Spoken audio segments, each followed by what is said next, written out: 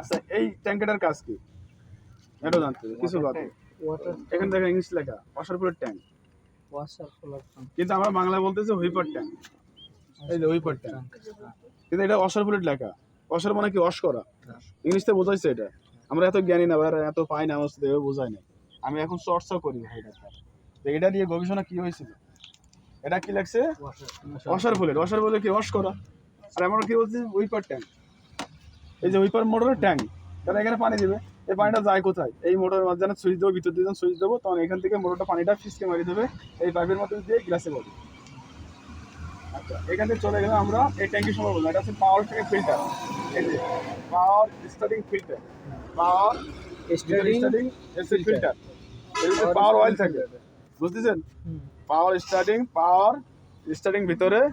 আর এসে filter oil থাকে আচ্ছা এখান থেকে চলে গেলাম আমরা পাওয়ার